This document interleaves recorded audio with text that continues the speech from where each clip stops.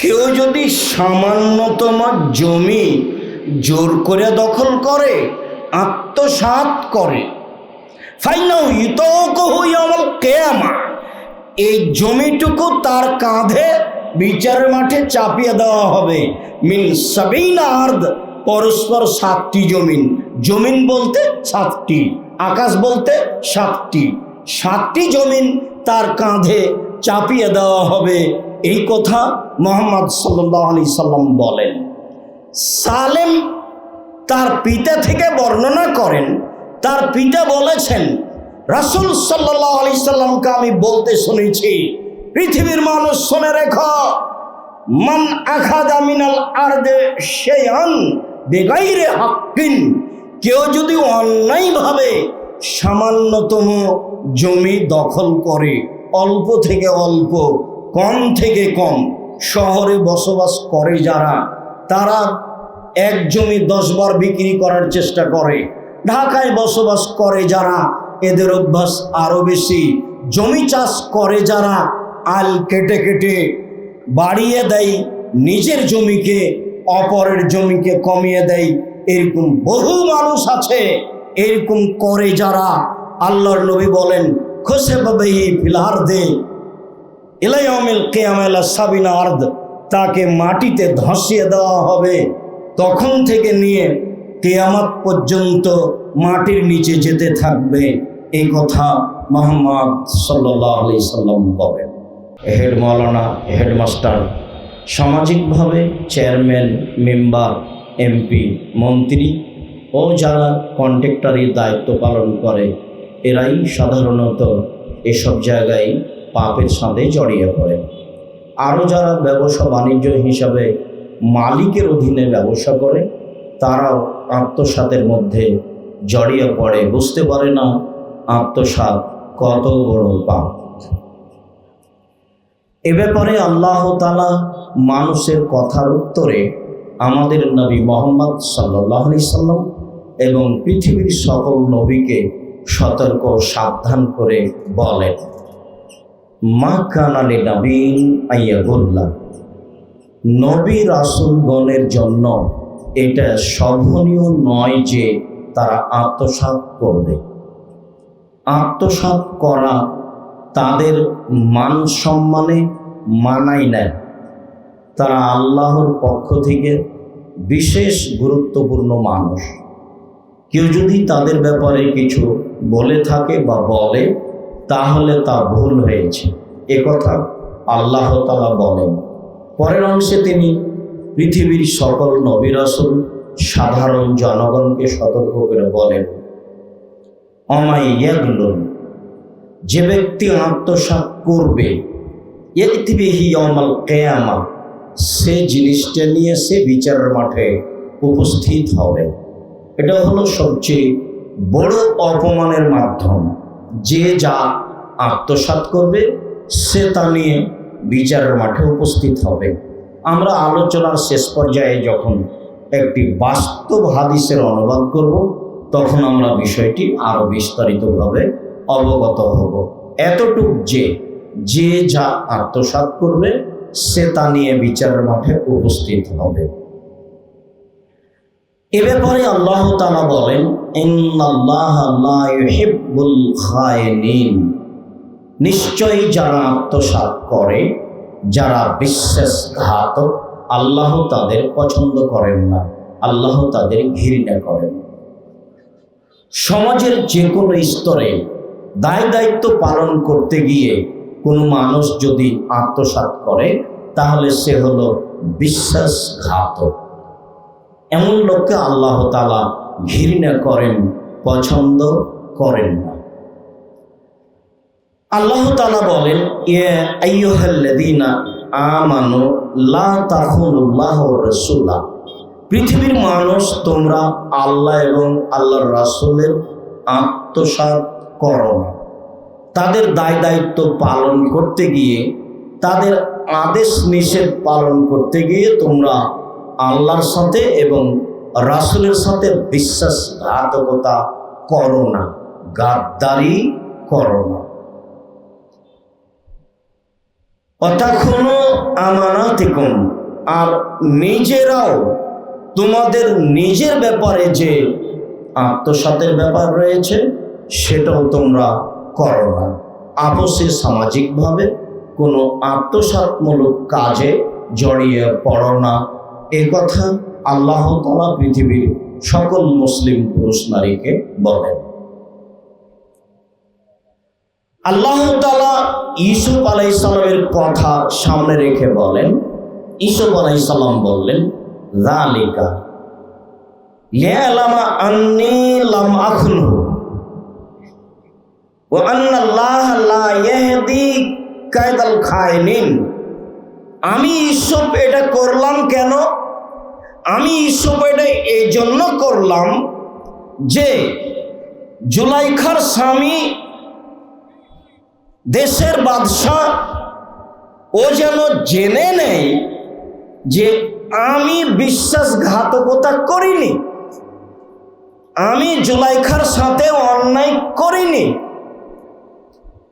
নিশ্চয়ই যারা বিশ্বাসঘাতকতা করে তাদের পরিকল্পনা ষড়যন্ত্রকে আল্লাহ ধ্বংস করে দেন। বিষয়টি ভালোভাবে বোঝা গেল না। সবাই জানি যে ইউসুফ আলাইহিস সালামকে ইদারায় নিক্ষেপ করা হয়েছিল ভাইদের পক্ষ থেকে। ভাইয়েরা গিয়ে পিতাকে বলেছিল, আব্বা আপনি তো আমাদেরকে বিশ্বাস করবেন না, আসলে ইউসুফকে বাঘে ধরে খেয়েছে। দেখেন এই যে তার জামা আমাদের হাতে, গায়ে রক্ত লেগে আছে। তো ইউসুফ আলাইহিস সালামের পিতা ইয়াকুব আলাইহিস সালাম নবী মানুষ, বললেন যে তোমরা এটা বানিয়ে নিয়েছো, তোমাদের এটা বানাওয়ার কথা। এমত অবস্থায় আল্লাহ সহযোগী, আমি ধৈর্য ধারণ করি, সেটা উত্তম ধৈর্য হবে, তোমাদের সাথে মুখামুখি না করি। ধৈর্যের পরিচয়ে থাকতে লাগলেন। ইউসুফ আলাইহিস সালামকে ইদারা থেকে উঠিয়ে বণিকেরা, সওদাগরেরা বাজারে বিক্রি করলো। দেশের সরকার বিত্তশালী তাকে কিনে নিলেন। অপূর্ব চেহারা ছিল ইউসুফ আলাইহিস সালামের। ইউসুফ আলাইহিস সালাম হয়তোবা দাদির রূপ চেহারা পেয়েছিলেন। ইউসুফ আলাইহিস সালামের দাদি মানে ইব্রাহিম আলাইহিস সালামের স্ত্রী সারা। ইব্রাহিম আলাইহিস সালামের স্ত্রী সারা ভিন্ন ধরনের সুন্দরী মহিলা ছিলেন। আল্লাহর নবী বলেছেন সবচেয়ে সুন্দরী। কথাটার অর্থ এও হতে পারে যে হাওয়া থেকে নিয়ে কিয়ামত পর্যন্ত যত মহিলা এসেছে, যত মহিলা আছে, যত মহিলা আসবে, সবার চেয়ে সুন্দরী ছিলেন ইব্রাহিম আলাইহিস সালামের স্ত্রী সারা। অন্যথায় সেই যুগে পৃথিবীতে যত মহিলা ছিলেন সবার চেয়ে সুন্দরী ছিলেন ইব্রাহিম আলাইহিস সালামের স্ত্রী সারা। সেই সুবাদে তিনি হয়তোবা দাদির চেহারা পেয়ে একবারে ভিন্ন ধরনের চেহারার মানুষ ছিলেন ইউসুফ আলাইহিস সালাম।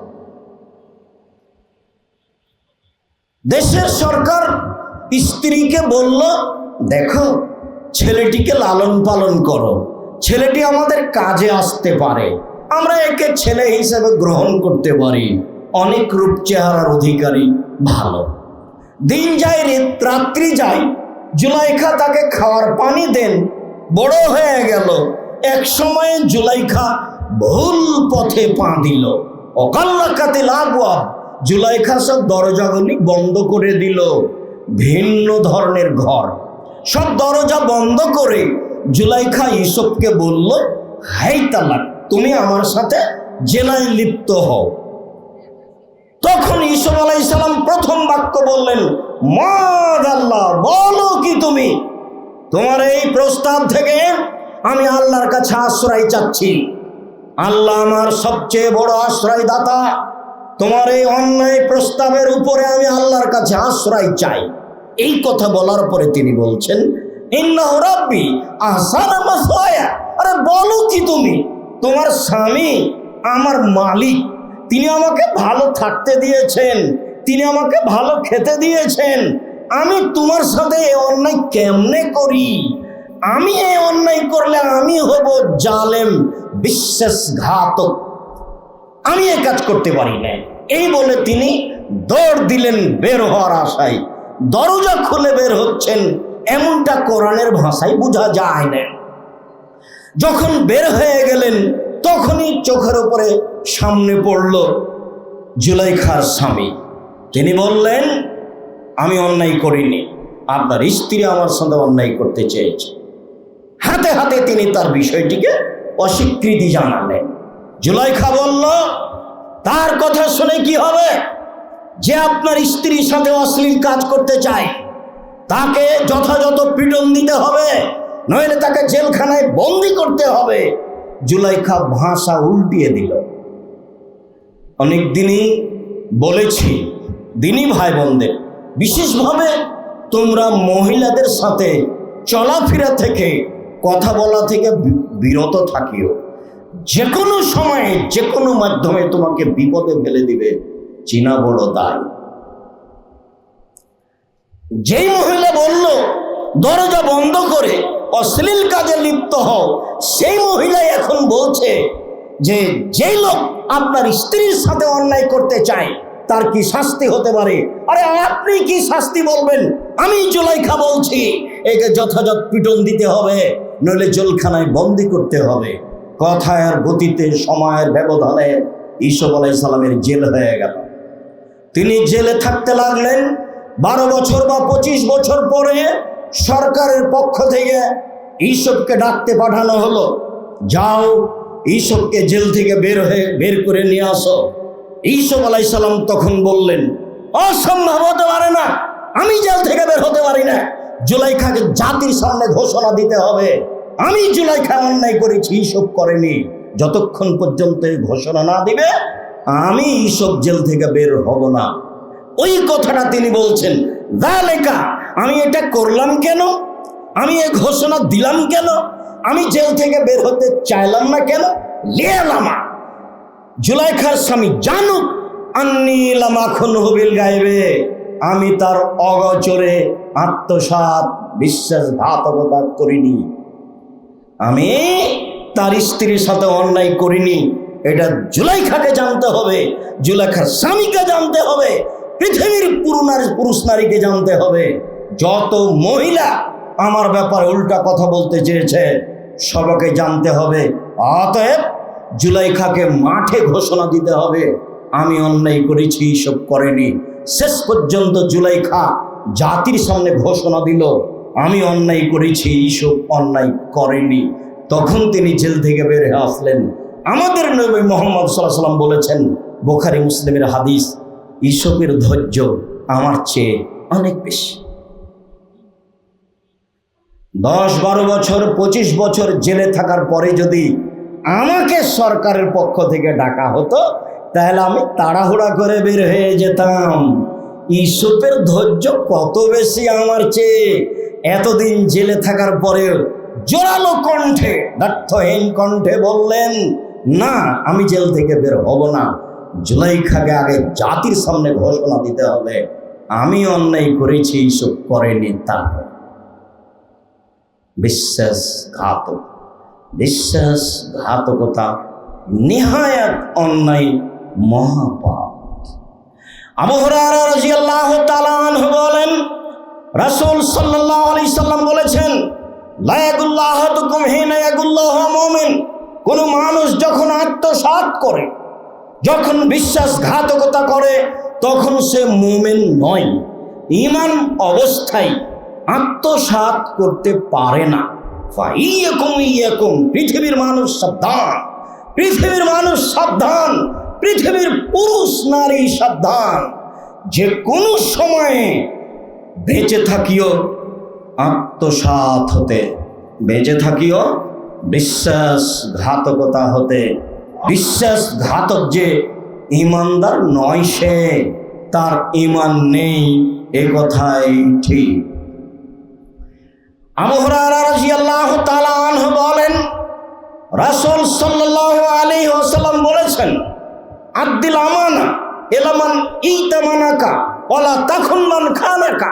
পৃথিবীর মানুষ, তোমাদের উচিত যে তোমার কাছে সম্পদ রেখেছে আমানত, সেটা তুমি সময়ে তার কাছে পৌঁছে দাও।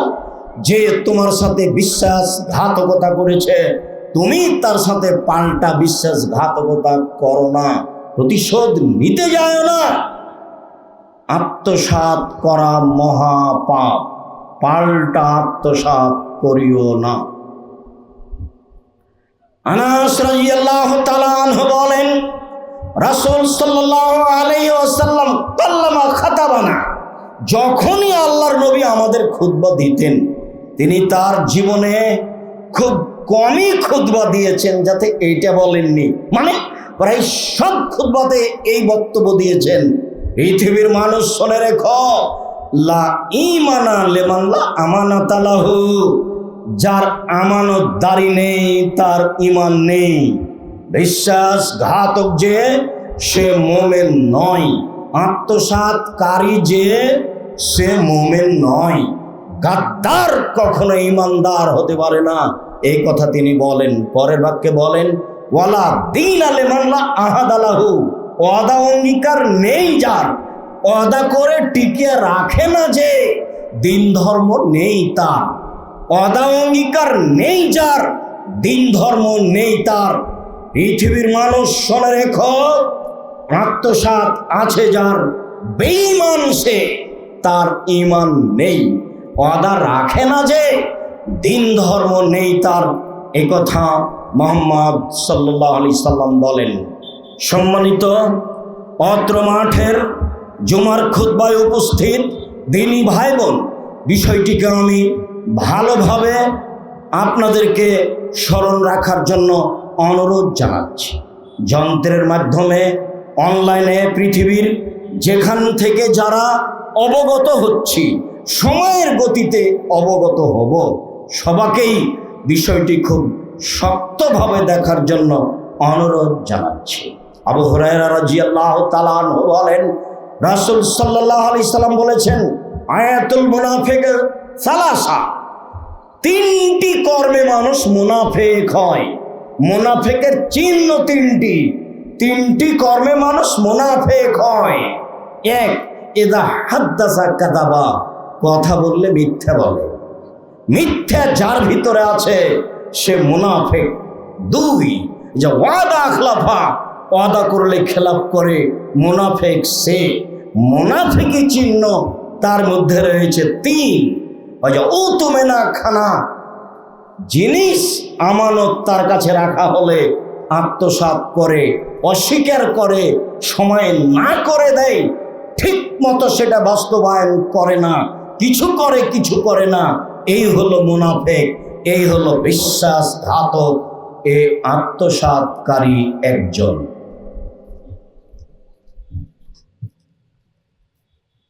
সাঈদ ইবনে যায়েদ রাদিয়াল্লাহু তাআলা আনহু বলেন, রাসূল সাল্লাল্লাহু আলাইহি ওয়াসাল্লাম বলেছেন, মান আখাদা শাইয়ান মিনাল আরদি যুলমান, কেউ যদি সামান্যতম জমি জোর করে দখল করে, আত্মসাৎ করে, ফাইনাউ ইউতাকাহু ইয়াউমাল কিয়ামা, এই জমিটুকু তার কাঁধে বিচারের মাঠে চাপিয়ে দেওয়া হবে।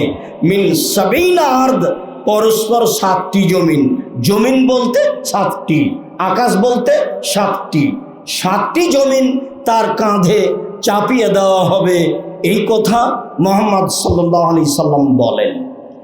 সালেম তার পিতা থেকে বর্ণনা করেন, তার পিতা বলেছেন, রাসূল সাল্লাল্লাহু আলাইহি সাল্লামকে আমি বলতে শুনেছি, পৃথিবীর মানুষ শুনে রেখো, মান আখাযা মিনাল আরদি শাইআন বিগাইরি হাক্কিন, কেউ যদি অন্যায়ভাবে সামান্যতম জমি দখল করে, অল্প থেকে অল্প, কম থেকে কম, শহরে বসবাস করে যারা, তারা এক জমি 10 বার বিক্রি করার চেষ্টা করে।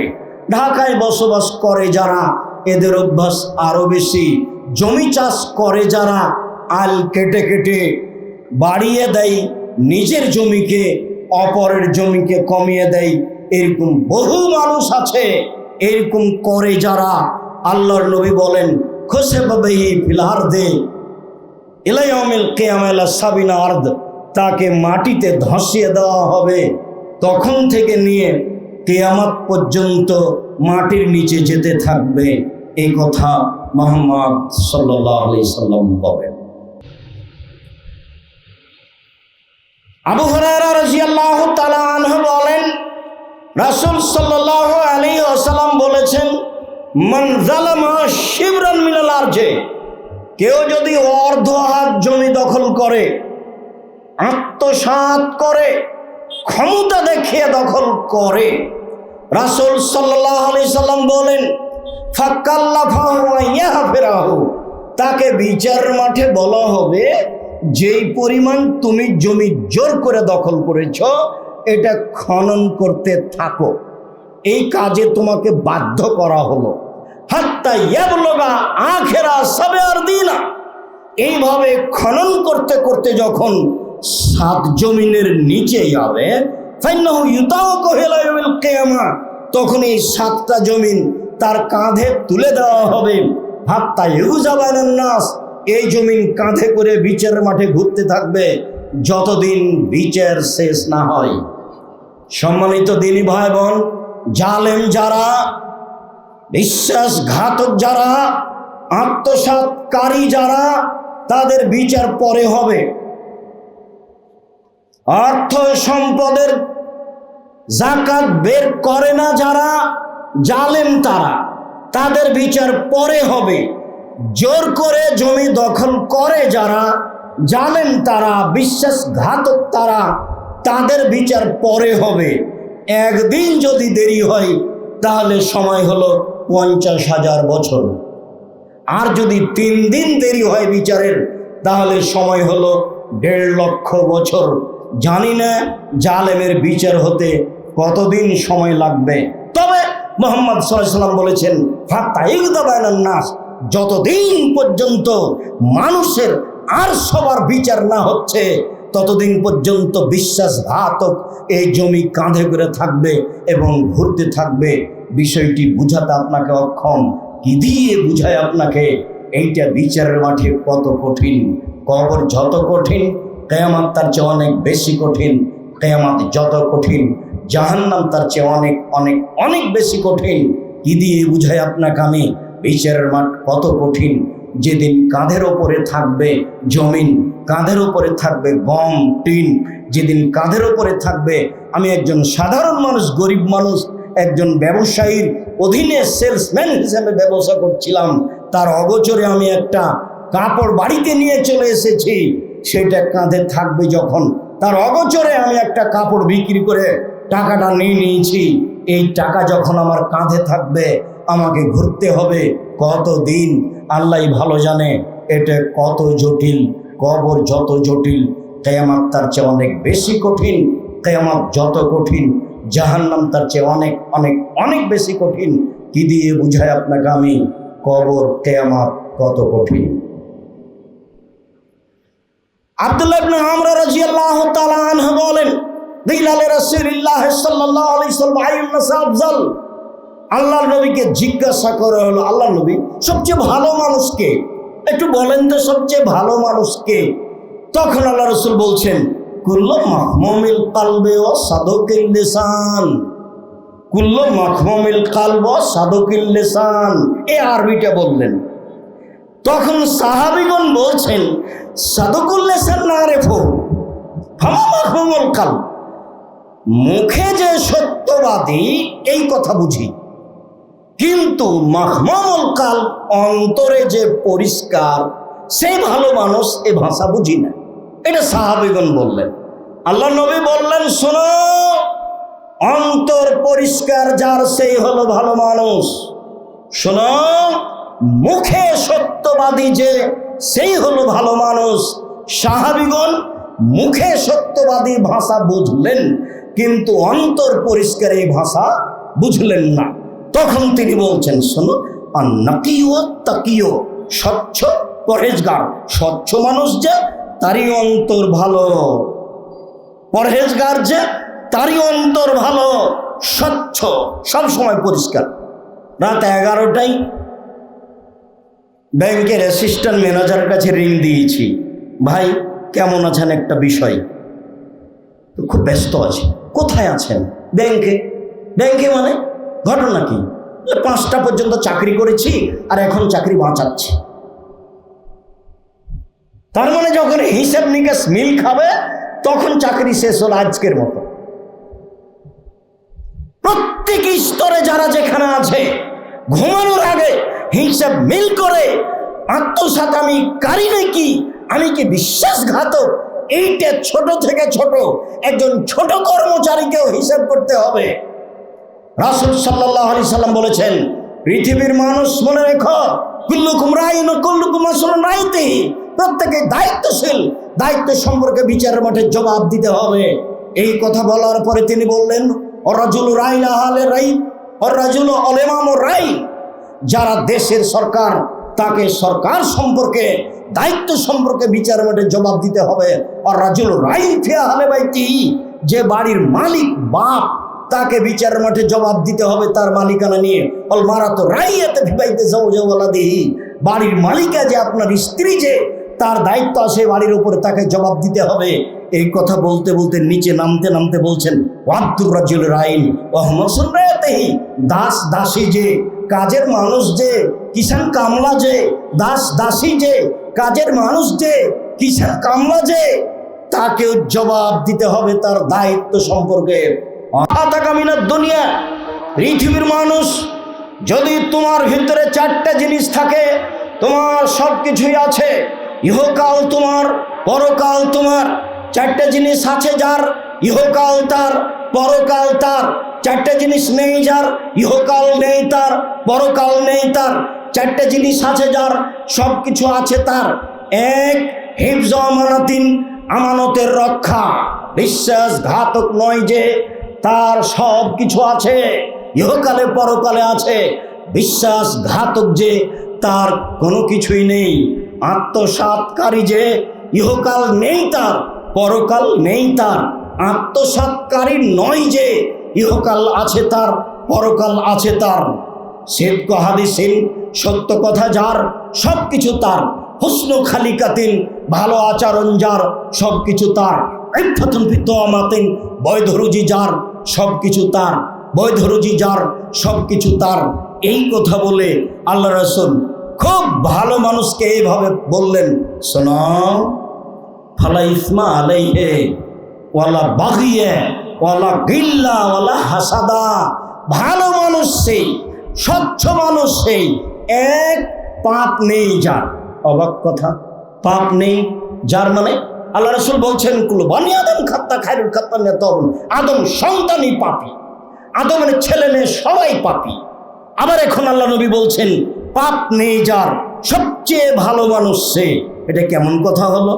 কেমন কথা হলো মানে, পাপ হলেই ক্ষমা চায় যে, পাপ হলেই প্রতিকার করে যে, পাপ নেই তার। ওলা বাগিয়া, সীমা লঙ্ঘন নেই যার, সেই স্বচ্ছ, সেই পরহেজগার। আব্দুর রাজ্জাক সাহেব বলেন তো, সীমালঙ্ঘন নেই যার এই কথাটা কি? বড় সীমালঙ্ঘনকারী, আত্মসাৎকারী, বিশ্বাসঘাতক, জোর করে জমি দখল করে, গরিব মানুষকে উঠিয়ে দেয়, সবসময় মানুষকে বেকায়দায় ফেলে রাখে। এ হলো সীমালঙ্ঘনকারী বড়। ছোটকে, দিনাজপুর বাজারে গেছি, 100 মরিচ নেব, কাঁচা মরিচ। তো দেখি তোমার মরিচ কেমন, এ বলে একটা হাতে মরিচ নিয়েছি আর বলেছি যে মাপো। এবার দাঁড়ি পাল্লা 100 হয়ে গেছে। আপনার হাতে যে মরিচটা আছে এটা আপনি এখন কোথায় রাখবেন? যদি আপনার পাল্লায় রাখেন তাহলে আপনি ছোট সীমা লঙ্ঘনকারী, যদি আপনার ব্যাগে রাখেন তাহলে আপনি ছোট সীমা লঙ্ঘনকারী। হাতের মরিচটা আপনার পাল্লায় বা আপনার ব্যাগে রাখতে পাবেন না, তার ডালিতে রাখতে হবে, নইলে আপনি একজন সীমা লঙ্ঘনকারী। এ কথাই ঠিক। যখন মুসা আলাইহিস সালাম দাওয়াত নিয়ে গেলেন, তখন ফেরাউন বলছে, ও শিশুকালে তোমাকে আমি লালন পালন করিনি, তোমার বয়সের বহু বছর আমার মাঝে থাকোনি। আরে তুমি তোমার কর্ম করেছো, যা করেছো, 1 থাপ্পড় দিয়া মানুষ মেরেছো, তুমি কর্ম তোমার করেছো, তুমি বড় বিশ্বাসঘাতক, সীমা লঙ্ঘনকারী।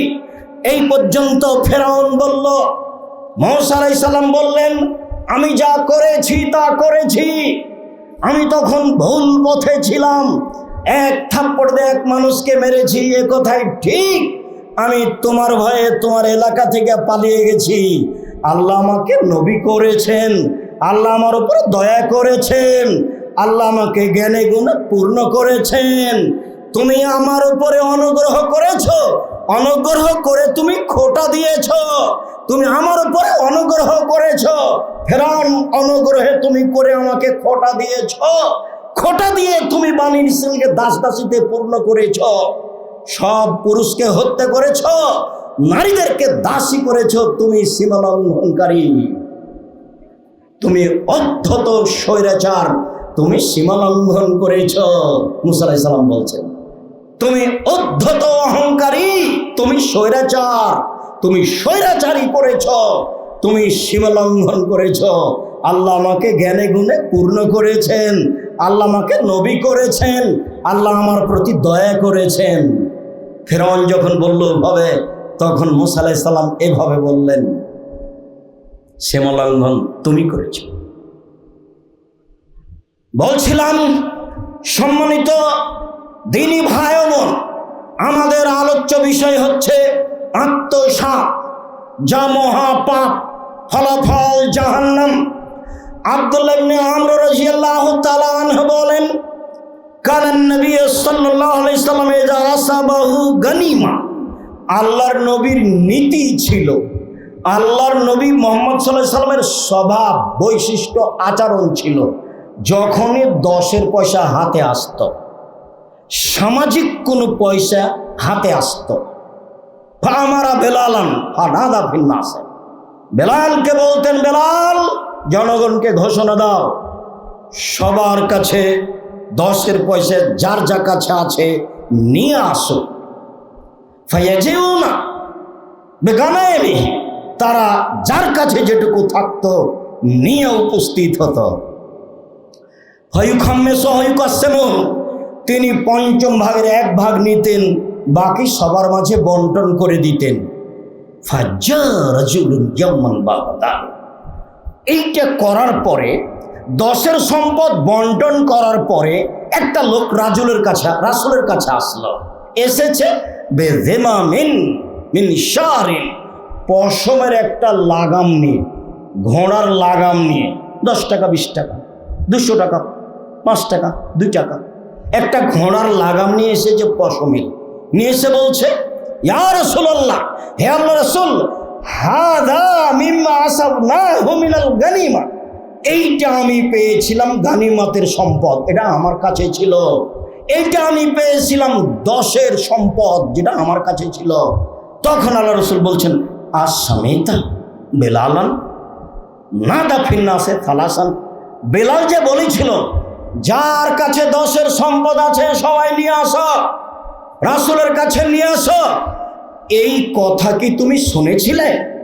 বেলাল 3 বার বলেছিল, না, জি হ্যাঁ আমি শুনেছি।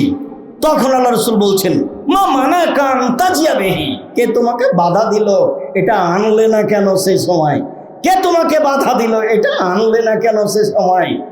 ফাআতাজারা, লোকটি আপত্তি পেশ করলো, আমি ছিলাম না, আমি বিপদে ছিলাম, আমার ছেলে মেয়ে অসুস্থ, আমার স্ত্রী অসুস্থ, আমি মেডিকেলে ছিলাম, যে কোনো একটা আপত্তি পেশ করলো রাসূলের সামনে। তখন আল্লাহ রাসূল বলছেন, কুনতামকা চিতা বিহি ইয়াউমাল কিয়ামাহ, ঠিক আছে, এই সম্পদ তুমি নিয়ে যাও, এটা বিচারের মাঠে কাঁধে করে নিয়ে আসিও, আমি নিলাম না।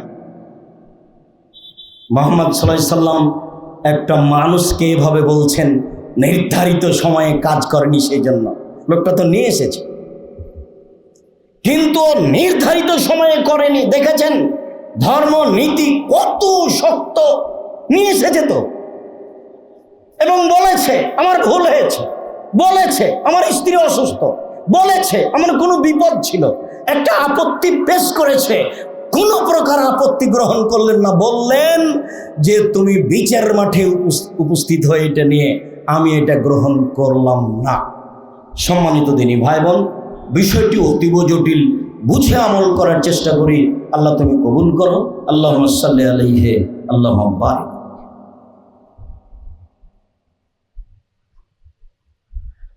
আলহামদুলিল্লাহি ওয়াহদা ওয়াসসালাতু ওয়াসসালামু আলা মান লা নাবিয়্যা বাদা। আব্দুল্লাহ ইবনে আমর রাদিয়াল্লাহু তাআলা আনহু বলেন, কানা রাজুলুন আলা সাকালিন নবী সাল্লাল্লাহু আলাইহি ওয়াসাল্লাম ইউকালু লাহু কারকারা ফামাতা। আল্লাহ রাসূলের 10 সম্পদের একজন মালিক করেছিলেন, যার নাম আরবি ভাষায় কারকারা। কারকারা একজন সাহাবী। তাকে বলেছেন যে এই 10 সম্পদ তোমার কাছে থাকলো, যেমনভাবে কন্ট্রাক্টরের কাছে থাকে, যেমনভাবে চেয়ারম্যান মেম্বারের কাছে থাকে, যেমনভাবে মালিকের সম্পদ অধীনস্থ কর্মচারীর কাছে থাকে, এরকম একটা দায়িত্ব এক লোককে দিলেন। ফামাতা, দায়িত্ব দিতে 2-1 দিনের মধ্যে লোকটা মারা গেল। তখন আল্লাহ রাসূল বলছেন, ইন্নাহু ফিন্নার, ইন্না রাহতু ফিন্নারে, আমি তাকে জাহান্নামে দেখছি, আমি তাকে জাহান্নামে দেখছি। এই কথা বলতেই সাহাবীগণ অবাক হয়ে গেলেন। ফাদাহাবু এনজুরু, সবাই গেল দেখি তো তার ঘটনা কি। তারা ব্যাগ বকচা তলিয়ে দেখলো, ওয়াজাদু আবান কাদগাল্লাহা, দেখলো যে একটা চাদর আত্মসাৎ করে রেখেছে 10 সম্পদে। আল্লাহ রাসূল ঘোষণা দিলেন ও জাহান্নামী, আল্লাহ রাসূল ঘোষণা দিলেন ও জাহান্নামী। একবারে হাতে নাতে সামনাসামনি, লাশ ওপরেই আছে। রাসূল তার কোনো সহযোগিতা করলেন না, বললেন না যে ঠিক আছে আমি তার জন্য ক্ষমা চাইব, অথচ সাথে ছিলেন, কাজে ছিলেন। কি দিয়ে বুঝায় আপনাকে আত্মসাৎ কি জিনিস? সম্মানিত দিনী ভাই বোন, আব্দুল্লাহ ইবনে আব্বাস রাদিয়াল্লাহু তাআলা আনহু বলেন, হাদ্দাসানি উমর রাদিয়াল্লাহু তাআলা একদা বললেন, ফালাম্মা আকবালা ইয়াউমা খাইবারা, খাইবারের যুদ্ধ করে আসছিলেন। কালু, সাহাবীগণ বললেন, ফলান শাহিদুন, আল্লাহর নবী অমুক শহীদ, ফলান শাহিদুন, আল্লাহর নবী অমুক শহীদ। ফালাম্মা মারু আলা রাজুলিন ফাকালু ফলানুন শাহিদ। এভাবে বলতে বলতে সাহাবীগণ একজনের নাম উল্লেখ করে বলছেন, আল্লাহর নবী অমুক শহীদ। যেমন এই কথা বলা, আল্লাহ রাসূল বলছেন, কাল্লা, কখনো নয়, অসম্ভব, তোমাদের কথা ঠিক নয়। ফাইন্নাহু রাইতু ফিন্নার, আমি তাকে জাহান্নাম দেখছি। ফাকাদ গাল্লাবাতান, সে একটা চাদর আত্মসাৎ করেছে। আমি আর আপনি শহীদ বললে হবে না, রাসূলের সাথে যুদ্ধ করে শহীদ হলেন না, আমি বললেই হবে। সাহাবীগণ বলছেন অমুক শহীদ, অমুক শহীদ, অমুক শহীদ। আল্লাহ রাসূল বলছেন অসম্ভব হতে পারে না, ওকে আমি জাহান্নামে দেখছি, একটা চাদর আত্মসাৎ করেছে। এই জন্য আমাদের আলোচ্য বিষয় আত্মসাৎ। আবু হুরায়রা রাদিয়াল্লাহু তাআলা আনহু বলেন, আহাদালে রাসূলুল্লাহ সাল্লাল্লাহু আলাইহি ওয়াসাল্লাম গোলামান ইকাল লাহু মেদাম, আল্লাহর নবীকে একটা হাদিয়া দিয়েছিলেন এক লোক, গোলাম, কাজের লোক। আল্লাহ নবী এই যে নিন, এই লোকটা আপনার কাজ করবে, কাজের লোক হিসেবে আমি দিলাম। যেমনভাবে আনাসের মা আনাসকে রাসূলের সামনে নিয়ে এসে বলছেন, আজ খোয়ায় দেব না, এই যে আল্লাহ রাসূল, আনাস আপনার ছোট খাদেম, আপনি তার জন্য দোয়া করেন, ও তারা আপনার খিদমত করবে। তখন আল্লাহ রাসূল তার জন্য দোয়া করলেন। একটা লোক, একটা কাজের লোক পাঠিয়েছেন রাসূলের জন্য, যার নাম মেদাম। তো কাজের লোক হিসেবে রাসূলুল্লাহ সাল্লাল্লাহু আলাইহি ওয়াসাল্লাম, ও কাজের লোক হিসেবে রাসূলের উটের উপরে হাওদাজটা বাঁধা চাঁদা করছে, ঠিকঠাক করছে, কর্ম তাই করছে। ফাসাবু সাহরুল আইন, হঠাৎ একটা তীর কোথা থেকে এসে লেগে গেল কেউ জানে না। ফাকাতালাহু, তীরের কারণে লোকটা মারা গেল। ফাকালু হানিয়াল্লাহু জান, সাহাবীগণ বলে উঠলেন, ধন্যবাদ, ওহ তুমি রাসূলের কাজের লোক হওয়ার পরে মারা গেলে, তোমার জন্য জান্নাত, খুব ভালো কথা। তুমি রাসূলের গোলাম হওয়ার পরে মারা গেলে অজানা তীরে, তোমার জন্য জান্নাত। তখন আল্লাহ রাসূল বলছেন, কাল্লা, কখনো নহে, ওয়াল্লাযী নাফসি বিয়াদিহি, আমি আল্লাহর কসম করে বলছি, কখনো নহে, আমি আল্লাহর কসম করে বলছি, ইন্নাস সাল্লাতা আখাযা ইয়াওমা খাইবারা মিনাল মাগানিম তুসবাল মাকাসিম, 10 সম্পদ হতে একটা চাদর চুরি করেছিল, যেটা ভাগ হয়নি। বন্টনের পূর্বেই একটা চাদর চুরি করেছিল। লা তাসতালু আলাইহিন নার, এই চাদরটা তার উপরে জাহান্নামকে খেপিয়ে তুলেছে, এই চাদরটা তার উপরে জাহান্নামকে খেপিয়ে তুলেছে, এই চাদরটা জাহান্নামকে খেপিয়ে তুলেছে তার উপরে। ফালাম্মা সামিয়া যালিকা নাস, যা বিশ্বের এখানে সেরা কাহিনী, এই কথা শুনতেই সাহাবীগণ রাসূলের কাছে নিয়ে আসতে লাগলেন একটা জুতার ফিতে, দুইটা জুতার ফিতে। আসলে জুতার ফিতে কি? একটা খেজুর, দুইটা খেজুর। আসলে জুতার ফিতে খেজুর কি? 1 কেজি গম, 1 সা গম। আসলে জুতার ফিতে কি? একটা টিন। আসলে জুতার ফিতে কি? 10টা টাকা, 1টা টাকা। আমি দায়িত্বশীল, আমার মালিক আমাকে করেছে, সেখান থেকে আমি 10টা টাকা আত্মসাৎ করেছি। আমার মালিক আমাকে বাজার পাঠিয়েছে, 90 টাকা খরচ হয়েছে, 10 টাকা রেখে দিয়েছি। আমি ভাড়া ঠিকই দিয়েছি 100 টাকার, 10 টাকা রেখে দিয়েছি। আসলে জুতার ফিতে কি? আমার মালিক 100 টাকা দিয়েছিল, 10 টাকা রেখে দিয়েছি, সেটা হলো এইটা। আসলে জুতার ফিতে কি? জুতার ফিতে নয়, আমার মালিক 100 টাকা দিয়েছিল, 99 টাকা খরচ হয়েছিল, 1 টাকা থেকে গেছিল, সেইটা এটা। যখন সাহাবীগণ নিয়ে আসতে লাগলেন তখন আল্লাহ রাসূল বললেন, শেরাকুন ফিন্নার ও শেরাকানে ফিন্নার। একটা জুতার ফিতে আত্মসাৎ করেছে যে সেও জাহান্নামে যাবে, 2টা জুতার ফিতে আত্মসাৎ করেছে যে সে জাহান্নামে যাবে, 1 ছটা গম আত্মসাৎ করেছে যে সে জাহান্নামে যাবে, জেনে শুনে 1 টাকা আত্মসাৎ করেছে যে সে জাহান্নামে যাবে। হাদিস তো বুখারী মুসলিম, বিচার করেন দেখি। বুখারী মুসলিম মানে আম গাছে যার ধরতে ধরে না, অমাবস্যা রাতে যা ঢুকতে পারে উঠে না, শুয়ের ছিদ্র দিয়ে লাঙ্গলের ফল ঢুকতে পারে ঢোকে না, অসম্ভব কাজ। শুয়ের ছিদ্র দিয়ে লাঙ্গলের ফল ঢুকে যেতে পারে, আম গাছে যা ধরে যেতে পারে, অমাবস্যার রাতে চাঁদ উঠে যেতে পারে। আমি যে কথা বললাম এতে সন্দেহ আছে বলে কিয়ামত পর্যন্ত চেষ্টা করলে সরিষা ঢোকানো যাবে না। যা বলছি তাই থাকবে, তার নাম বুখারী মুসলিম। জেনে শুনে 1 টাকা আত্মসাৎ করলে তাহাজ্জুদ, উমরা, হজ, দান খায়রাত কিচ্ছু কুলাবে না, সব একদিকে, 1 টাকা একদিকে, ওটাই ভারী হয়ে যাবে। তার নাম আত্মসাৎ, তার নাম বিশ্বাসঘাতকতা। একদিন বাঁচতে এসে 1 টাকা আত্মসাৎ করে পরকাল হারাতে রাজি নই, খুব সাবধান থাকি, চলেন বাস্তবে চলে যাই। আবু হুরায়রা রাদিয়াল্লাহু তাআলা আনহু বলেন, কামা রাসূলুল্লাহ সাল্লাল্লাহু আলাইহি ওয়াসাল্লাম ফিনা ইয়াওমান, একদা আল্লাহর নবী আমাদের সামনে দাঁড়ালেন, বক্তব্য দিবেন। ফাযাকারাল গলুলা, তিনি বক্তব্যে আত্মসাতের কথা বললেন, মানে বক্তব্য আত্মসাতের উপরে দিলেন। ফাযামাহু, বিষয়টি খুব বড়ভাবে পেশ করলেন, কঠিনভাবে পেশ করলেন। ওয়াযামা আমরাহু, আত্মসাতের বিষয়টিকে আমাদের সামনে খুব জটিলভাবে বললেন। তিনি বললেন, পৃথিবীর মানুষ শুনে রেখো, লাউল ফিয়ান্না আহাদাকুম ইয়াউমাল কিয়ামা ইয়াজিউ আলা রাকাবাতিহি বাইরুন লাহু রোগা। বিচারের মাঠে কতগুলি লোক আসবে যার কাঁধে থাকবে উট। ফায়াকুল, সে বলবে, ইয়া রাসূলুল্লাহ, আগে শুনি, আল্লাহ রাসূল আমি বিপদে, আমাকে বাঁচান। আল্লাহ রাসূল আমি বিপদে, আমাকে বাঁচান। ফাকুল, আমি বলবো, লাম লিকুলাকা শাইয়্যান কাদ আবলাগতুকা, আজ বিচারের মাঠে সামান্যতম আমি উপকার করতে পারবো না, এই কথা পূর্বেই বলেছি। আমি ফাতেমাকে বলেছি, ফাতেমা সালিনী মাওসাতে, আমি তোমার বাপ, তুমি কিছু চাইলে চাইতে পারো। তার মানে বাপ জীবদ্দশায় মেয়েকে কিছু দিতে পারে, মেয়ে অন্যের ঘরের মানুষ, মর্মে বাপ মেয়েকে কিছু স্বইচ্ছায় দিতে পারে।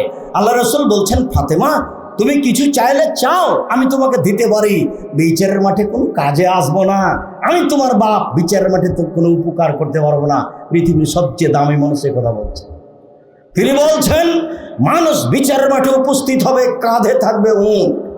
তিনি বলেন, লাউল ফিয়ান্না আহাদাকুম ইয়াউমাল কিয়ামা ইয়াজিউ আলা রাকাবাতিহি ফারাসুন, কতগুলি লোক আসবে যাদের কাঁধে থাকবে ঘোড়া। লাহু হামহামা, ঘোড়া যে শব্দ করে সেই শব্দে ঘোড়া চিৎকার করতে থাকবে। আগের শব্দটাও আছে, উট যে শব্দ করে সেই শব্দে উট চিৎকার করতে থাকবে। লোকটি বলবে, ইয়া রাসূলুল্লাহ, আগে শুনি, আল্লাহ রাসূল আমাকে বাঁচান। তখন আমি বলবো, লাম লিকুলাকা শাইয়্যান, আমি বিন্দু মাত্র কোনো উপকার করতে পারবো না, কাদ আবলাগতুকা, এই কথা আমি পূর্বেই বলেছি, দুনিয়াতে বলে দিয়েছি, বিচারের মাঠে কিছু করতে পারবো না। লাউল ফিয়ান্না আহাদাকুম ইয়াজিউ ইয়াউমাল কিয়ামা, বিচারের মাঠে লোক আসবে, আমি পাবো তাকে, আলা রাকাবাতিহি শাতুন লাহু সুগান আও তায়া, লোক আসবে, তার কাঁধে থাকবে ছাগল, ছাগল তার ভাষায় চিৎকার করতে থাকবে। লোকটি বলবে, আল্লাহ রাসূল আমাকে বাঁচান। আমি বলবো, বিন্দুমাত্র কোনো উপকার করতে পারবো না, এ কথা পূর্বেই বলেছি। কথাগুলি এমন কেন? উটের কথা কেন? ঘোড়ার কথা কেন? ছাগলের কথা কেন? আরব দেশের কথা। যার সামনে বলছেন তিনি হচ্ছেন আরবি ভাষার মানুষ, যিনি বলছেন তিনিও হচ্ছেন আরবি ভাষার মানুষ। তাদের সম্পদ হচ্ছে উট, তাদের সম্পদ হচ্ছে ঘোড়া, তাদের সম্পদ হচ্ছে ছাগল। এই জন্য ধারাবাহিক চলে আসছে। চলেন দেখি তার পরের বাক্যে তিনি বলেন, লাউল ফিয়ান্না আহাদাকুম ইয়াতি ইয়াউমাল কিয়ামা আলা রাকাবাতিহি নাফসুন লাহা সিয়াহুন। কতগুলি লোক আসবে, তাদের কাঁধে থাকবে মানুষ। যত মানুষকে অন্যায়ভাবে হত্যা করা হয়েছে সব মানুষ কাঁধে থাকবে। মানুষ চিৎকার করতে থাকবে, যতদূর জোরে চিৎকার করা সম্ভব। লোকগুলি সব তার কাঁধের উপরে থাকবে আর ওরা চিৎকার করতে থাকবে। লোকটি বলবে, আগেসনি ইয়া রাসূলুল্লাহ, হে আল্লাহ রাসূল আমাকে উদ্ধার করেন, বাঁচান, আমি বিপদে। তখন আল্লাহ রাসূল বলবেন, আল ইয়াউমা লা আমলিকু শাইআন কাদ আবলাগতুকা, আমি কোনো উপকার করতে পারবো না, এই কথা বলেছি, আমি কিছুই করতে পারবো না। লাউল ফিয়ান্না আহাদাকুম ইয়াউমাল কিয়ামা, বিচারের বটে কতগুলি লোককে পাবো, এজি আসবে আলা রাকাবাতিহি রোকাউন, কাপড়ের বস্তা থাকবে, কাপড় জাতীয়, অতাক্ষকুম দলতে থাকবে কাঁধে। এই বস্তাগুলি, এই কাপড়, এই জামা, এই লুঙ্গি কাঁধের উপরে দুলতে থাকবে। এই চিৎকার করবে না, এ প্রাণী নয়, দুলতে থাকবে। তখন বলবে, আল্লাহ রাসূল আমাকে বাঁচান, আমি খুব বিপদগ্রস্ত। আল্লাহ রাসূল বলবেন, বিচারের মাঠে বিন্দুমাত্র উপকার করতে পারবো না, এ কথা পূর্বেই বলেছি। এরপরে কতগুলো লোক পাবো, বিচারের মাঠে আসবে, ওলা রাকাবাতিহি সমাজ, জড় বস্তু থাকবে, গম, টিন, টাকা পয়সা। কন্ট্রাক্টর কয় টাকা আত্মসাৎ করেছে, দেশের উন্নয়নের নামে কোটি কোটি টাকা, কত বিলিয়ন বিলিয়ন ডলার নিয়ে এসে মানুষ আত্মসাৎ করেছে। বুঝতে পারে না বিচারের মাঠ কত কঠিন। চেয়ারম্যান, মেম্বার, এমপি, মন্ত্রী বুঝতে পারে না। যদি সত্য সত্যই বুঝতো যে এত কিছু কাঁধে নিয়ে যদি একদিন ঘুরতে বলা হয় তাহলে সময় হলো 50 বছর, যদি 3 দিন ঘুরতে বলা হয় তাহলে সময় হলো 1.5 লক্ষ বছর। জনগণ, আমি মন্ত্রীর দায়িত্ব পালন করব না, চলে এলাম। আমার বাড়ি দিনাজপুর গ্রামাঞ্চলে, জমি ভাগ পেয়েছি 10 শতক বাবের, ওখানে বেগুন চাষ করে খাবো, আমি দায়িত্ব পালন করব না। আবু যার গেফারি এসে বলছেন, আমাকে এলাকার নেতা করে দেন না। তখন আল্লাহ রাসূল বলছেন, তুমি বলেছো কি? আরে দায়িত্ব তো নেতৃত্ব, দায়িত্ব তো আমানত, তুমি কথা বলো কি করে? দায়িত্ব তো চালাবে উমার, যার কাছে 19 15 20 হয় না, যার কাছে 15 20 হয় না, তার নাম উমার। এরপরে উমার বলছেন যে আমি আগে যা নেকি করেছিলাম, যখন আমি নেতৃত্ব শুরু করেছি তখন থেকে মরা পর্যন্ত যা করেছি সমান সমান হলে আলহামদুলিল্লাহ। খালি যদি বাঁচি, করতে যদি পার হয়ে যেতে পারি তাহলে আলহামদুলিল্লাহ। মানে দায়িত্ব পালন করতে গিয়ে যা করেছি, এতে যদি খালি বিচারের মাঠে সমান সমান বেঁচে যায় তাহলে আলহামদুলিল্লাহ। এই কথা উমার বলছে। অথচ আল্লাহ রাসূল বলছেন, উমার তুমি যে রাস্তা দিয়ে হাঁটো সে রাস্তা দিয়ে শয়তান হাঁটে না, ওই রাস্তা শয়তান ছেড়ে দেয়। তার ঈমানের ক্ষমতা কত বেশি। 20 15 20 হয় না, কোনোদিন হয়নি। জঙ্গলে বাঘ ছাগলকে ধরে খেত না, এই কথা ঐতিহাসিক বলেন। ঐতিহাসিকরা এই কথাই বলে, জঙ্গলে বাঘ ছাগলকে ধরে খেত না। কেন? নেতৃত্ব কার? উমারের। এর নাম দায়িত্ব। সম্মানিত অত্র বৈঠকের দিনী মুসলিম ভাই বোন, অনলাইনে যারা পৃথিবীর যে কোনো স্থান থেকে অবগত হচ্ছি, সকলকে আমি রাসূল সাল্লাল্লাহু আলাইহি সাল্লামের হাদিসটি বাস্তব অবগত হওয়ার জন্য অনুরোধ জানাচ্ছি। এটা একবার নগদ সামনাসামনি। আলোচনার শেষে চলে আসলাম। আদি ইবনে উমাইর রাদিয়াল্লাহু তাআলা আনহু বলেন, আল্লাহর নবী বলেছেন, মানিস্তা মালনাহু মিনকুম আলা আমালি, পৃথিবীর মানুষ শোনো, আমি তোমাদের যাকে দায়িত্ব দিয়েছি, চাকরি দিয়েছি, তুমি চট্টগ্রাম বিমানবন্দরে আছো, তুমি চট্টগ্রাম পোর্টে আছো, তোমার সিগনেচারে জিনিস নামে, তুমি বলছো 20,000 টাকা আমাকে দিতে হবে, তাহলে আমি সিগনেচার করব। যারা যেখানে আছে, আল্লাহ রাসূল বলছেন, আমি যাকে দায়িত্ব দিয়েছি আল্লাহ আমালিন যে কোনো কাজে, ফাক্কাতামা মিখিয়াতান, একটা সূচ আত্মসাৎ করেছে। আল্লাহ রাসূলের মুখের ভাষা, মিখিয়াতান একটা সূচ, সুই বুঝি না আমরা, সূচ যে মহিলারা যা কাজ করে, একটা সূচ কেউ যদি আত্মসাৎ করে, কানা গললেন, এটাই হলো আত্মসাৎ। এই সূচ কাঁধে করে নিয়ে সে বিচারের মাঠে আসবে। হাদিস তো বুখারী মুসলিম। আমার আর আপনার বিচার কি, বিবেচনা কি, কি ভাবতে পারি? এই কথা মুহাম্মদ সাল্লাল্লাহু আলাইহি ওয়াসাল্লাম বলছেন। এদেশে ঘুষ না হলে কাজ হয় না। তাদেরকে বলবে কে?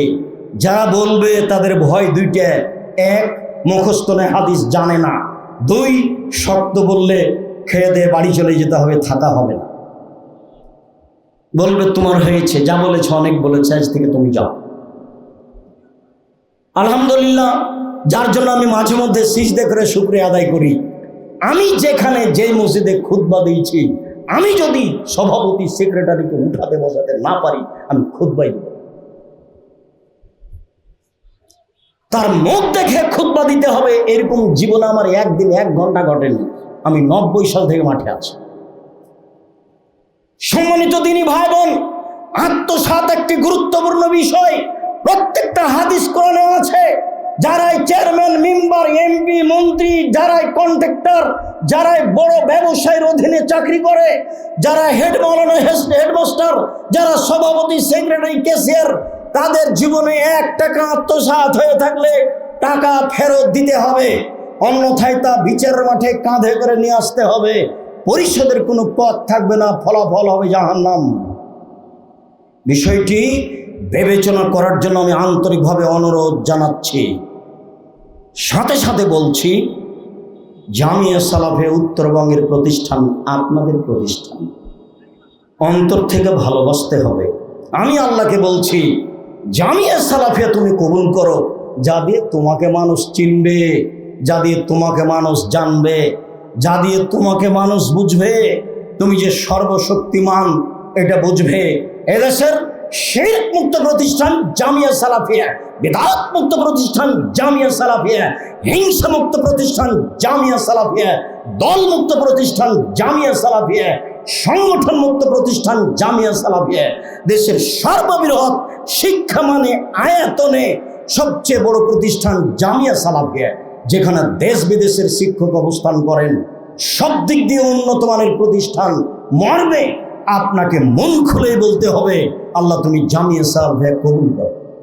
আপনার যদি সংকীর্ণতা থাকে, জবাব আপনাকে দিতে হবে, আমাকে দিতে হবে না। আমি আপনার প্রতিষ্ঠানে খেলে আমি তার টাকা দিয়ে দিই, আমাকে জবাবদিহি হতে হবে, এটা আমার ধারণা কাজ করে না। তবে আমি মানুষ, আমি প্রত্যেক দিন বলি, আমার দিয়ে যেন জামিয়া সালাফের কোনো ক্ষতি না হয়। যদি কোনো জায়গাতে 19-20 হয়, তাহলে তুমি আমাকে আমার শ্রম দিয়ে পার করে দিও। আমি এর জন্য পরকাল হারাতে রাজি নই। আমি জীবন বাজি রেখে জামিয়া সালাফের পিছনে কাজ করে যাচ্ছি। আপনি আমার দ্বীনি ভাই, দ্বীনি বোন হিসাবে বলেছি যে আপনি একটু দোয়া করবেন। আর বলেছি আপনার পয়সা দিয়ে জামিয়া সালাফে গড়ে উঠুক, আপনার পয়সা না হলো জামিয়া সালাফে গড়বে, আপনাকে মনে রাখতে হবে। গড়ে যাক, এটা আমি চাইনি। দেখেন আপনি, আপনার বুকের উপরে প্রতিষ্ঠান, 4 তলার ছাদ হবে মঙ্গল বুধবারে। দেখেন আপনি কিভাবে গড়েছে। কাল ছিল একরকম, আজ হয়েছে একরকম। আপনি ভাবেন আমি তো 10 টাকাও দিইনি, কিভাবে হলো? আপনাকে আমি একথাই বলছি, আপনি না দিলেও হবে, কিন্তু হয়ে যাক, এটা আমি চাইনি। আপনি ক্ষতিগ্রস্ত হন, এটা আমি চাইনি। হিংসা মুক্ত প্রতিষ্ঠান জামিয়া সালাফিয়া। অতএব আপনি মন থেকে দোয়া করবেন। আমি বলেছি, পতিতালয়ের মহিলা যদি কুকুরকে পানি পান করে জান্নাত পেতে পারে, জামিয়া সালাফিয়া আল্লাহকে সন্তুষ্ট করার জন্য কে যদি 10 টাকা দান করে, সে জান্নাত পাবে ইনশাআল্লাহ। এটা আমার দৃঢ়তা কাজ করে। অতএব আপনি জামিয়া সালাফের জন্য একটু মন খুলে দোয়া করবেন। যেদিন আসবেন সেদিন 10 টাকা হাতে নিয়ে আসবেন, খালি আসবেন না। ছেলেরা সামনে দিয়ে যাবে, আপনার সামনে দিয়ে চলে গেল, আপনি 10 টাকা বের করতে পারলেন, এটা আমি চাইনি। আল্লাহ রাসূল বলছেন ইলাদুলুবিয়া খায়রুম মিন ইয়াদিস-সুফলা, দেওয়া হাত ভালো নেওয়া হাতের চেয়ে। আর যারা তেঘরা, তারা বউ হোক আর বেটি হোক, তেঘরা যত দূরের নাম তেঘরা, ওরা এই গ্রামে জন্ম নিয়েছে মেয়ে হিসেবে, যে কোনো জায়গাতে শ্বশুর বাড়ি হিসাবে চলে গেছে। সারা দেশের দেশ বিদেশের যেখান থেকে মেয়ে এসেছে তেঘরা গ্রামে বউ হিসাবে, সবার কাছে আমার বলা থাকছে, মহিলা হিসাবে, শাশুড়ি মা হিসাবে বলা থাকছে, আপনি জামিয়া সালাফিকে অন্তরের থেকে ভুল করবেন না। একটা লোক এসে বলছে, আল্লাহ নবী, আমার বাপ মারা গেছেন, আমি যদি এখন দান করি তাহলে আমার বাপের পাপ মিটে যাবে কি? আল্লাহ রাসূল বললেন, না। ছেলে হিসাবে আপনার বাপের কি করলেন? আপনি মনেই করতে পারেন না আপনার বাপকে এত ভালো হওয়ার পরেও, আর আপনার ছেলে আপনাকে স্মরণ করবে, এটা আপনি কি দিয়ে বুঝলেন? শ্বাস বন্ধ হওয়ার আগেই পথ বাছাই করি, এটাই ভালো হবে। আমি উত্তরবঙ্গের সকল দিনী ভাই বোনকে বলতে চাই, জীবনের সাথে সাথে করে নেবেন জামিয়া সালাফিয়াকে, মন খুলে দোয়া করবেন জামিয়া সালাফিয়ার জন্য, দানের হাত প্রশস্ত করবেন জামিয়া সালাফিয়ার জন্য। পৃথিবীতে সবচেয়ে শক্তিশালী ইবাদত হলো দান, এটা মনে রাখার জন্য আমি অনুরোধ জানাচ্ছি। আমি আসলেই কিছু না কিছু পয়সা হাতে নিয়ে আসবেন, আমি না আসলেও নিজে থেকে আমার চোখের সামনের কথা নকল করছি। ওরা দুই ভাই কিভাবে ঢেকি ভাগ করেছে হবে এখন, তো কেটে নেওয়া সহ্য হলো, কিন্তু এক ভাই আর এক ভাইকে দিয়ে দেওয়া সহ্য করলো না। চাষাই ভাই ভাই ঠাঁই ঠাঁই, এটাই ঠিক। তার সাথে শত্রুতা করতে হবে না, সে জমি ভাগ করে নিবে, এ কথাই ঠিক। কানা হলে নিবে, দুলা হলে নিবে, ন্যাংড়া হলে নিবে, আর নিবে, এ কথাই ঠিক। আর যাদের বাপ বলেছে তুমি আমার ভালো ছেলে, তুমি আমাকে দেখেছো, সেই জন্য 20 শতক জমি দিয়ে দিলাম তোমাকে, এটা বাপের ভুল। আরে আমি বেটা, আমি দেখবো, এটা তো আমার জিম্মেদারি। যে দেখেনি সে তার বোকামি। তার কারণে আপনি আমাকে 20 শতক জমি দিবেন, এটা অসম্ভব। যে আব্দুল রাজ্জাক সাহেব আমার বাপ যে দিয়ে দিয়েছে, সন্ধ্যা হতে হতে জমি ভাগ করে দিতে হবে। যা ভাই বোন আছে তাদেরকে দিয়ে দিতে, আব্বার ভুল হয়েছে, তোমরা যেটুকু পাবা সেটুকু নিয়ে নাও, এটাই বলতে হবে, এটাই উচিত। বাড়ি কোথায়? রংপুর। বাড়ি কোথায়? দিনাজপুর। আব্দুল রাজ্জাক সাহেব কি বলতে চাইলেন? রংপুর মানে দিনাজপুর মানে রংপুর, দিনাজপুর মানে বোনকে জমি দেয় না। বোন নাকি জমি চাইলে খুব মন খারাপ। আমি আপনাকে কষ্ট দিইনি, আমি নগদ কথা বলছি। তখন আমার ইন্টারভিউ নিতে এসেছে একটা লোক, ওরা 7-এর উপরে ডক্টরেট করবে, সেই জন্য তো বসে জিজ্ঞাসা করে বলছে, আপনার আব্বা বেঁচে আছেন না মারা গেছে? বলে মারা গেছে। তো আপনাদের জমি জায়গা? আমার বাপকে কবর দিয়ে আগে জমি ভাগ করেছি, তারপরে খেয়েছি। জমি তো আমি একটু চিনি, আমার ছোট ভাই চিনেই না, কোনোদিন যায় না, আজও যায় না। 10-12 বছর হয়ে গেল আমার বাপ মরা, আমিও যাই না। ও বোনের স্বামীরা চাষ করে খায়, ওটা মাথা দিয়ে রাখে না। যাক, এটা পরের কথা। আগের কথাটা হলো এই, মাটি দিয়ে এসে জমি ভাগ করেছি, তারপরে খেয়েছি। আপনার বাপ মারা 10 বছর হলো, আপনি জমি ভাগ করেননি কেন? আমি তখন ছেলেরাকে বলেছি, আপনার ছেলেকে বলেছে, এই ছেলে শোনো, তোমার বাপ পশু প্রাণীর চেয়ে খারাপ, এটা কি প্রমাণ করব? বলছে করেন। তো তোমার দাদা মারা গেছে 10 বছর আগে, তো তোমার বাপ সকালে জমি নিবে আর তোমার ফুফু বিকেলে নিবে, এরকম কি বিধান? বলছে না। বলে কি বিধান? বলে সে সব হাতে হাতে নগদ হবে।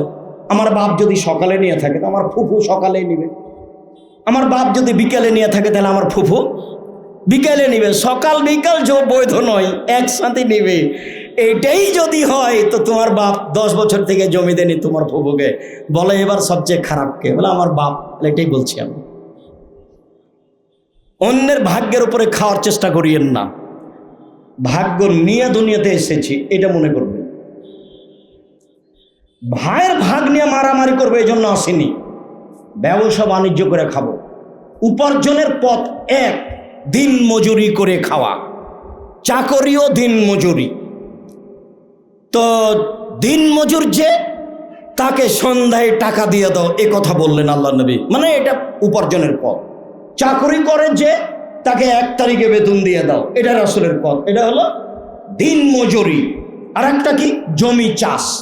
তখন আল্লাহ রসুল বললেন, শোনো, জমি চাষ করলে অন্তর শক্ত হয়, ভিক্ষুককে ভিক্ষা দেওয়া যায় না। তার মানে জায়েজ, তবে পছন্দ নয়। তো ব্যবসা, তখন বলছেন পার্টনারে ব্যবসা করলে সবচেয়ে বরকত বেশি হয়। কেন?